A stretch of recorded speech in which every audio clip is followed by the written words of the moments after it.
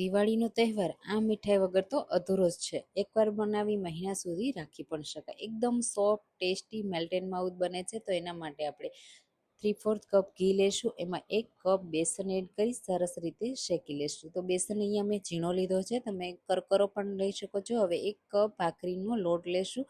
તો એ કરકરો હોય છે રોટલીના લોટ કરતાં, એટલે મેં એ લીધો છે. આ રીતે શેકી લેવાનો છે. હવે એમાં 1/4 કપ દૂધ એડ કરી સારી રીતે મિક્સ કરી લેશું. એટલે એકદમ દાણા દાણા તૈયાર થઈ જશે. આ રીતે થોડી વાર શેક્યા પછી પેનને બીજા ગેસ ઉપર રાખી દેશું. હવે બીજી પેનમાં 1 કપ ખાંડ, અડધો કપ પાણીની ચાસણી તૈયાર કરીશું. આ રીતે એક તારની ચાસણી તૈયાર કરવાની. હવે એમાં એલચી પાવડર એડ કરી અને આ ચાસણીને તરત જ આ મિક્સર સાથે મિક્સ કરી દેવાનું. થોડી વાર ચલાવશું ને એટલે એક સરખું મિક્સર તૈયાર થઈ જશે. આ રીતે થીક થવા લાગે ને એટલે આપણે ઓડીકો બેકિંગ પેપર સાથે એને સરસ રીતે સેટ કરવા માટે લઈ લેશું. અને આ રીતે સરસ બેટરને એડ કરી અને તરત જ આપણે એને સેટ કરી દેવાની. ઉપરથી ડ્રાયફ્રૂટથી ગાર્નિશ કરી ઠંડી કરી સર્વ કરીશું. તો ટ્રાય કરજો.